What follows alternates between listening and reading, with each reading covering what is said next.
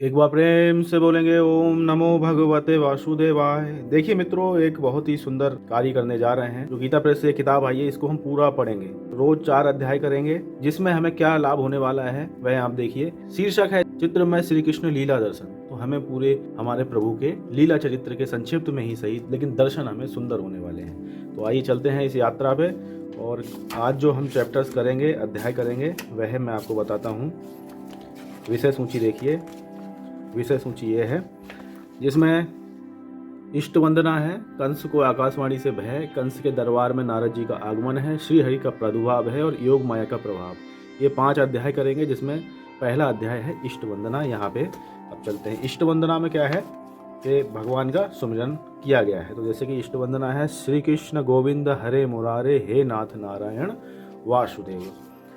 अब देखिए, कंस को आकाशवाणी से भय, यहाँ से जो है प्रारंभ होता है।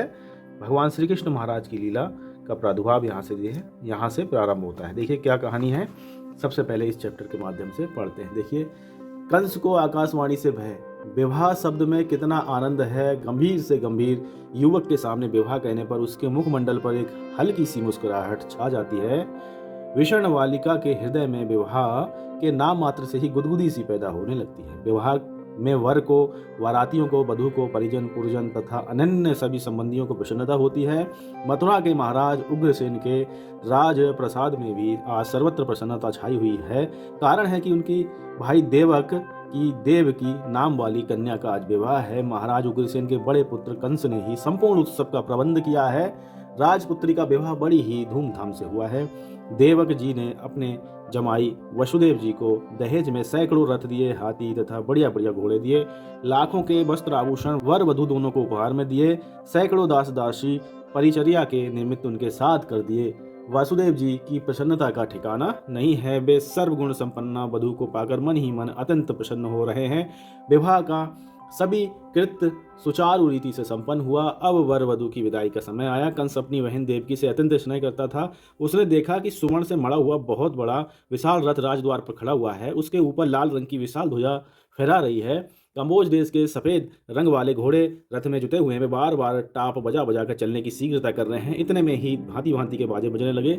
सभी बाराती भांति भांति के रंग बिरंगे अंग रखे पाख और मुकुटों को पहनकर रथ के पीछे खड़े हुए। उसी समय राजमहल से देवकी जी को, यहाँ देखिए एक रथ है और जिस प्रकार से कथा है उसी प्रकार से यहाँ पे चित्र भी है। आगे देखिए, देवकी जी को विदा कराकर वसुदेव जी वहाँ आ पहुँचे।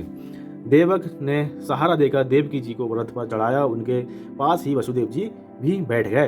कंस का हृदय भर आया। बहन की विदाई के समय उसका पत्थर के समान हृदय भी पसीज आया। स्नेह के वेग में उसने सारथी को हटा दिया और स्वयं घोड़ों की रस्सियों को अपने हाथ में ले लिया। कंस के बैठते ही घोड़े आगे के दोनों पैरों को उठाकर दौड़ने लगे। बाजे वाले आनंद के उल्लास में बेसुध होकर बाजों से बजा रहे थे। महाराज उग्रसेन, देवक तथा अनन्य पुरजन परिजन रथ के पीछे पीछे चलने लगे। सहसा आकाश में एक बड़ी ही गंभीर वाणी सुन पड़ी। अरे ओ कंस, तू क्या आनंद में फूला फूला रथ को हाँक रहा है? जिसका तू सारथी बना हुआ है, उसी देवकी के 8वें गर्भ से तेरा शत्रु उत्पन्न होगा और वही तुझे मार डालेगा। आकाशवाणी को सभी ने प्रत्यक्ष सुना। सभी के कान खड़े हो गए। कंस की प्रसन्नता को तो पाला मार गया। वह एकदम सन्न रह गया। घोड़ों की रास आप से आप हाथों से गिर पड़ी। पास में ही बैठे हुए सारथी ने उन्हें जल्दी से थाम लिया। घोड़े और अधिक तेजी से भागने लगे। कंस ने सारथी को डांट कर कहा कि रथ को खड़ा करो। सारथी सपका गया। उसने उसी दम रासों को जोर से खींचा। घोड़े ज्यों के त्यों ही अगले दोनों पैरों को उठाए हुए जहां के तहां चित्र लिखे से खड़े हो गए। कंस जल्दी से रथ से नीचे कूद गया। कमर में बंधी हुई तलवार को उसने एक ही सपाटे से निकाल लिया। एक पैर को रथ के आगे पहिए पर रखकर वह देवकी के ऊपर टूट पड़ा।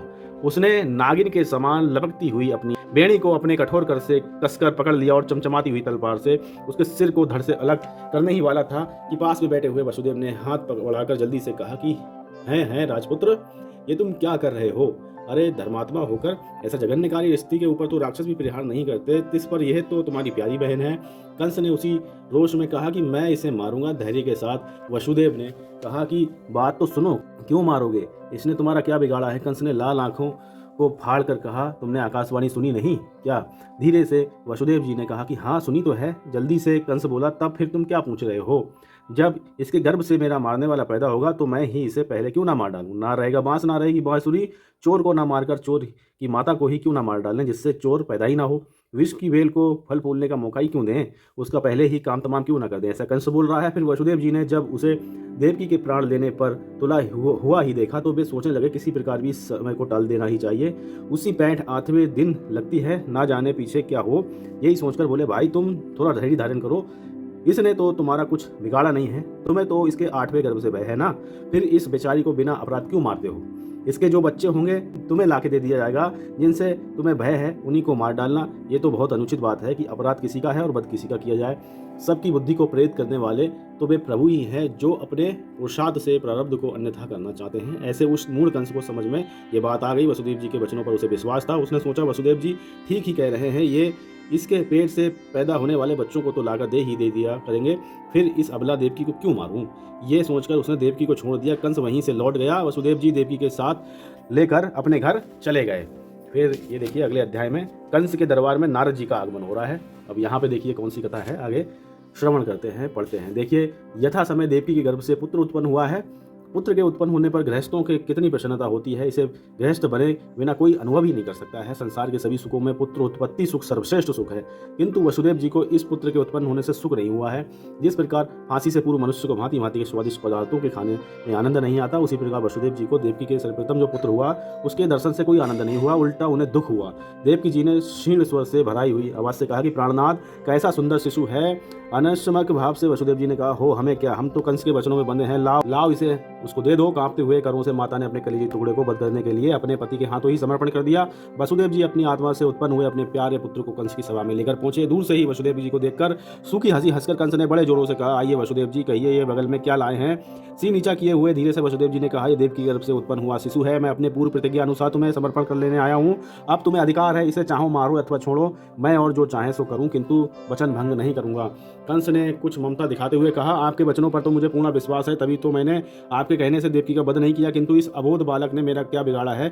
मुझे तो इसके 8वें गर्भ से भय है। आप सत्य का पालन करने के निमित्त इसे यहाँ लाए, ये अच्छा ही किया, किंतु मैं इसका वध नहीं करूंगा। आप इसे अपने घर ले जाएं, जब 8वां गर्भ रहे तब मुझे सूचना देना, देखना इसमें भूल ना हो। मृत्यु के मुख से पुत्र लौट आया। इस बात से वसुदेव जी को बड़ी भारी प्रसन्नता होनी चाहिए थी, किंतु वे प्रसन्न नहीं हुए। कारण कि वे जानते थे कि दुष्ट पुरुषों का चित्त बड़ा ही चंचल होता है, उसके भावों का पता नहीं लगता। वे अभी कुछ कहते ही कि क्षण भर बाद कुछ और ही कहने लगते हैं। इसलिए वे जिस प्रकार उदास होकर दरबार को गए थे, उसी समय उदास मन से घर लौट आए। फिर आगे देखिए, इधर नारद जी उस कंस के दरबार में पधारे हैं। नारद जी से सभी खुश रहते हैं, क्योंकि उनकी सभी चेष्टाएं संसार के उपकारार्थ ही होती हैं। जिस किसी प्रकार भी प्राणियों का उपकार हो सके, उसी काम को वे करते रहते हैं। कंस का वध भगवान के द्वारा हो, इसी से कंस का कल्याण है। इस शुभ काम में देरी क्यों हो, सुबह शीघ्रम। इसलिए इस शुभ काम को शीघ्र अतिशीघ्र संपन्न कराने के निमित्त वे कंस के यहाँ आए। देव ऋषि नारद को देखकर कंस अपने सभासदों के साथ सिंहासन से उठ खड़ा हुआ। कुशल प्रश्न के अनंतर नारद जी ने पूछा कि राजन, तुम आज कुछ उदास से दिखते हो, इसका क्या कारण है। हाथ जोड़े खड़े हुए कंस ने कहा कि भगवान, आप सर्वज्ञ हैं, आपसे भला अपने मन के भावों को कौन छिपा सकता है। भगवान, आकाशवाणी ने देवकी के 8वें गर्भ से मेरी मृत्यु बताई है। अभी वसुदेव जी अपने प्रथम पुत्र को अपनी प्रतिज्ञा के अनुसार लाए हैं। मैंने उन्हें वह बालक लौटा दिया और कह दिया, मुझे तो केवल 8वां पुत्र ही चाहिए। बस उसी बात को सोच रहा था। नारद जी ने हंसकर कहा, राजन, इतने बुद्धिमान होकर भी तुम इस छोटी सी बात को नहीं समझ सके। तुम्हें कैसे पता कि यह 8वां पुत्र नहीं है। कंस ने कहा कि भगवान, ये तो पहला ही है, इसमें संदेह ही क्या है। तब नारद जी ने एक गोल लकीर खींची, उस पर 8 कंकड़ी रख दी और बोले, अच्छा गणना करो, इसमें 8वीं कंकड़ी कौन सी है। कंस ने गणना आरंभ की। कंस जहाँ से गिनता वहीं से नारद जी कहते, इसे आगे की ओर से गिनो। इस प्रकार गणना करने पर सभी 8वीं ठहरती। इससे कंस चक्कर में पड़ गया। विनाश वाले विपरीत बुद्धि हो जाती है। इससे कंस कर्तव्य विमूढ़ हो गया। सचमुच उसे भ्रम हो गया और जाने 8वें कौन सा हो। इसलिए उसने निश्चय कर लिया कि देवकी के सभी पुत्रों का वध करूंगा। उसी समय नौकरों को आज्ञा दी। वसुदेव जी तो पहले से ही जानते थे, उन्हें उसमें कुछ भी आश्चर्य न हुआ। एक एक करके वे देवकी के गर्भ से उत्पन्न 6 पुत्रों को ला लाकर कंस को देते रहे और क्रूरता निर्दयता के साथ उनका वध वह करता रहा। 7वें गर्भ को योगमाया ने गोकुल में रहने वाले वसुदेव जी की बड़ी स्त्री रोहिणी के पेट में लाकर रख दिया। इससे लोगों में ये जनश्रुति फैल गई कि देवकी का 7वां गर्भपात हो गया। अब देखिए, श्री हरि का प्रादुर्भाव यहाँ पे होगा। तो देवकी जी का 8वां गर्भ एक अद्भुत गर्भ था। उसकी त्रिलोकी में हलचल थी। ब्रह्मा जी उस गर्भ के दर्शनों के लिए उत्सुक थे। ऋषि, महर्षि, सिद्ध, गंधर्व उस अभूतपूर्व गर्भ को देखने के लिए लालायित थे। इंद्र से लेकर 33 कोटि देवी देवता उसकी प्रतिष्ठा में एक एक दिन गिर रहे थे। सूरसेन और मथुरा मंडल में स्थान स्थान पर इस गर्भ की चर्चा थी। कंस की तो विचित्र दशा थी। वह बाप को बंदी बनाकर राज सिंहासन पर बैठा था। उसने प्रजा को प्रसन्न करने के बहुत से उपाय किए थे। वह राज्य की देखरेख करने में सदा सचेष्ट रहता था, किंतु इस देवकी के 8वें गर्भ ने उसकी बुद्धि को एकदम बदल दिया। अब उसे खाते पीते, उठते सोते, जागते, चलते फिरते हर समय 8वें गर्भ के बालक का ध्यान रहता। कभी कभी वह चौंक पड़ता और समझता वह मेरे सिर पर आ गया है। जगत में उसे उसके सिवाय कुछ सूझता ही नहीं था। इधर वसुदेव जी का बुरा हाल था। उनका तेज पहले से बहुत बढ़ गया था। जो उनका कभी सम्मान नहीं करते थे, वे अब अपने आत्मनियों से अधिक आदर करने लगे। सभी प्रकार की रिद्धि सिद्धि बिना बुलाए अपने आप उनके पास आने लगी। इस बातों से उन्हें प्रसन्नता होनी चाहिए थी, किंतु उन्हें उल्टा दुख होता था। सोचते थे कि जिसके पैदा होने से पूर्व भी इतने ऐश्वर्य हैं, उसके पैदा होने पर ना जाने क्या होगा। किंतु वह निर्दयी कंस इसे भी अन्य बालकों की तरह मार डालेगा, यह सोचकर वे दुखी बने रहते थे। देव की मैया का तेज तो अभूतपूर्व बढ़ गया था। अंधेरी कोठरी में भी वे बैठ जाती तो वहां भी प्रकाश फैल जाता था। कंस बार बार उन्हें देखने के लिए आता रहता था। यहाँ देखिए एक चित्र के माध्यम से यहाँ बताया भी गया है, श्री हरि का प्रादुर्भाव हो रहा है। आगे देखिए, उनके मुखमंडल के अभूतपूर्व तेज को देखकर ही वह समझ गया कि मेरे प्राणों को हरण करने वाला अवश्य ही उसके उदर में आ गया है।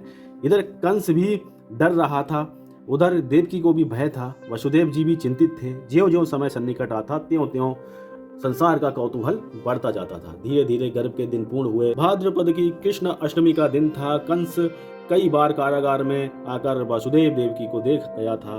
उसने इसलिए इन्हें बंदी बनाकर कठिन पहरे में रख रखा था कि कहीं ये गड़बड़ ना कर दें। पहरे पर बड़े बड़े विश्वस्त असुर नियुक्त किए थे जो सदा सावधान रहते थे। अष्टमी का दिन बीत गया, रात्रि आई, चारों ओर अंधेरा छा गया। आकाश में मेघ गड़गड़ाने लगे, मानो कि भगवान ने जन्म के उपलक्ष्य में नगाड़े बजा रहे हैं। बिजली बार बार चमक रही थी। उसी समय बिना ही किसी प्रकार के कष्ट के ईश्वरों के भी ईश्वर श्री हरि अपने चतुर्भुज से प्रकट हुए। बोलिए श्री कृष्ण भगवान की जय। देखिए देवकी जी और वसुदेव जी की आंखें चौंधिया गईं। वे समझ ही ना सके कि ये क्या हुआ। कारावास में चारों ओर प्रकाश छा गया। सामने उन्होंने मंद मंद मुस्कुराते हुए श्री हरि को देखा है। उनके चारों हाथों में है शंख, चक्र, गदा और पद्म शोभा दे रहे। शरीर की शोभा अलसी के पुष्प के समान गहरे नील रंग की थी। कानों में सुंदर मकराकृत कुंडल शोभा दे रहे थे। गले में घुटनों तक लटकने वाली वैजंती माला पड़ी थी। माथे पर मनोहर मुकुट चमचमा रहा था। कौस्तुभ मणि के प्रकाश से 10 दिशाएं प्रकाशित हो रही थी। वसुदेव और देवकी अपने दोनों हाथों को जोड़कर दीन होकर आर्तस्वर से स्तुति करने लगे कि हे प्रभु, आप विश्व ब्रह्मांड के एकमात्र स्वामी हो। हे पतित पावन, आप ही सबके उद्धारक हो। हे भक्त भयहारी, आपका अवतार अवनी के भार को उतरने के निमित्त होता है। आप ही गौ, ब्राह्मण, देवता तथा साधु पुरुषों के एकमात्र अवलंब हो, जिनसे ये सभी प्रपंच पैदा हुआ है। वे मेरे गर्भ से पैदा हुए हैं, इस बात को कौन स्वीकार करेगा। महर्द ब्रह्म, जिनकी योनि है, जिसमें स्वयं ही गर्भ धारण करने के इस चराचर विश्व को उत्पन्न करते हैं, वे मेरी योनि से उत्पन्न हुए। ये हास्यास्पद बात नहीं है, ये क्या है। हे त्रिलोकेश, आपके चरणों में बारंबार प्रणाम है। आप ऐसा करें कि हमारी हंसी ना हो। इतना कहते कहते वे फूट फूट के यहाँ पे रोने लगते हैं श्री हरि भगवान के सामने। फिर आगे देखिए, योग माया का यहाँ पे प्रादुर्भाव होगा। कारावास की काल कोठरी में कमनीय कांति वाले वे श्री हरि स्वयं ही पृथ्वी का भार उतारने के निमित्त प्रकट हुए हैं। इस बात को जानकर श्री वसुदेव जी की मनोवृत्ति विचित्र ही प्रकार की हो गई। ऐसे अनुपम आनंद के अवसर पर क्या दान पुण्य किया जाए, वे इसी सोच में पड़ गए। पास तो एक भी पैसा नहीं, इसलिए मन से उन्होंने लाखों गौओं यानी गायों का संकल्प कर लिया। वे भगवान के अलौकिक रूप के दर्शन करके आनंद के उद्वेग में दोनों हाथों को बांधकर गदगद कंठ से कहने लगे कि भगवान, हमने आपको जान लिया, आप भक्त वत्सल हैं। भक्तों के दुखों को मेटने के लिए आप भांति भांति की लीलाएं करते हैं, विचित्र विचित्र रूप धारण करते हैं, किंतु हे भक्त वत्सल, हमें तो आपकी कभी भक्ति की नहीं। हम अपना इतना बड़ा सौभाग्य नहीं समझते कि आप हमारे सामने प्रत्यक्ष हो सके। हे नाथ, आपकी इस कृपा के संबंध में हम क्या कहें। आप कारण रहित हैं, कृपालु हैं, आपका स्वभाव ही अनाथों की सनात करना है। किंतु हे अशरण शरण, आप इस कारावास की कोठरी में पधारे हैं, हम आपका सत्कार यहाँ किस प्रकार कर सकते हैं। प्रभु, हम कंस से डरे हुए हैं, आप भयहारी हैं, हमें अपनी अनिष्ट की इतनी परवाह नहीं, किंतु दयालु वह दुष्ट है, अभी आकर कुछ आपका अनिष्ट ना करे, इसी डर से हम डरे हुए हैं। इतने में ही देवकी रोते रोते कहती हैं कि हे स्वामिन, आप मेरे गर्भ से उत्पन्न हुए हैं, हे मेरे लिए अत्यंत भय और लज्जा की बात है। लज्जा तो इस बात की कि आपके ही पेट से सारा ब्रह्मांड उत्पन्न हुआ है, और भय इस बात का कि इस सदाचार को कहीं मेरे निर्दयी भाई कंस ने सुन लिया तो वह अभी आकर आपका अनिष्ट करने का उद्योग करेगा कि हे नाथ, मैं अपने उस क्रूर कर्मा भाई से अत्यंत ही भयभीत हो रही हूँ। आपके पहले 6 भाइयों को इस दुष्ट ने पैदा होते ही यमपुरी बैठा दिया, कहीं आपके ऊपर भी वह प्रहार ना करे, इसी भय से मैं भयभीत हूँ। किंतु हे जगन्नाथ, आप अपने इस अलौकिक रूप को छिपा लीजिए, मैं तो प्रभु आपको अपने पुत्र के ही रूप में देखना चाहती हूँ। अपने जनक जननी को कंस से भयभीत देखकर भगवान मेघ के समान गंभीर वाणी से बोले, अभी तुम्हें पता नहीं तुम कौन हो और मैं क्यों तुम्हारे गर्भ से आया हूँ। पहले तुम सुतपा और प्रशी नाम वाले थे, तब तुम दोनों ने अत्यंत सहिष्णु मन से भांति भांति के कष्ट सहकर मेरी आराधना की। मुझे वेदों में वरद कहा गया है, जब मैं वर देने के लिए तुम्हारे सम्मुख आया तो तुम दोनों मेरे रूप में आसक्त हो गए। तुमने परम पुरुषार्थ रूपी सर्वोत्तम मोक्ष को ना मांगकर यही वर मांगा कि हमारे आपके समान पुत्र हो। मैं अपने समान संसार में किसी को नहीं देखता, मैं अद्वितीय अनुपम और अजन्मा हूँ, मेरे समान मैं ही हूँ, इसलिए मुझे तुम्हारे यहाँ पुत्र रूप में उत्पन्न होना पड़ा है। मेरा तो कोई कुछ अनिष्ट कर ही नहीं सकता, किंतु तुम पुत्र स्नेह के कारण भयभीत हो तो मुझे गोकुल में पहुंचा दो, वहाँ नंद के घर मेरी योग माया उत्पन्न हुई है, उसे ले आओ। इतना कहकर भगवान उसी समय प्राकृतिक शिशु की तरह बन गए। वसुदेव जी सोचने लगे, इस कारावास में तो गोकुल जाना कैसे संभव हो सकता है। चारों ओर पहरा है, बड़े बड़े पहरेदार घूम घूम कर पहरा दे रहे हैं, लोहे के फाटक चारों ओर से बंद हैं, मेरे हाथ पैरों में हथकड़ी बेड़ी पड़ी है। वे ये सोच ही रहे थे कि उन्होंने अपने हाथ की ओर देखा, उनकी बेड़ी खुल गई, पैरों की जंजीरें टूट गईं। अब तक उन्हें इस बात का ध्यान ही नहीं था, उनकी उत्सुकता बढ़ने लगी। आगे बढ़कर उन्होंने देखा कि बड़ा भारी लोहा का फाटक एकदम खुल पड़ा है। पहरेदारों का जमादार वृषभ चंद्र भुषुंडी के सहारे घोर निद्रा में पड़ा सो रहा है। उसका साथी गर्द बधाश घुंटरुओं में सिर लगाकर जोरों के खर्राटे भर रहा है। अश्वदत्त तो ऐसा पड़ा है मानो उसे पाला मार गया हो। वसुदेव जी इस दृश्य को देखकर मन ही मन बड़े प्रसन्न हुए हैं। धीरे से उन्होंने पास में खड़े हुए सूप को उठाया, एक मुलायम सा वस्त्र बिछाकर उसमें अपने प्राण प्यारे पुत्र को धीरे से लिटाया। उनका हृदय धड़क रहा था, वे बालक कहीं रो पड़ा तो सभी गुड़ गोबर हो जाएगा। योग माया का प्रभाव उन पर भी पड़ने से बाकी ना रहा। क्षण भर पहले जिसे जगदीश्वर मानकर पूज रहे थे, उसे ही अब अपना पुत्र समझने लगे। सूप को उन्होंने सिर पर रखा, एक बार फिर संकीत दृष्टि से अपने चारों ओर देखा और फिर धीरे धीरे पैरों की आहट बचाकर सोते हुए पहरेदारों के सामने से ही कारावास के बाहर चले गए। बोलिए श्री कृष्ण भगवान की जय, बोलिए श्री कृष्ण महाराज की जय। अगले वीडियो में गोकुल की गैल में लीला आगे के चैप्टर्स को पढ़ेंगे। एक बार प्रेम से बोलेंगे ओम नमो भगवते वासुदेवाय।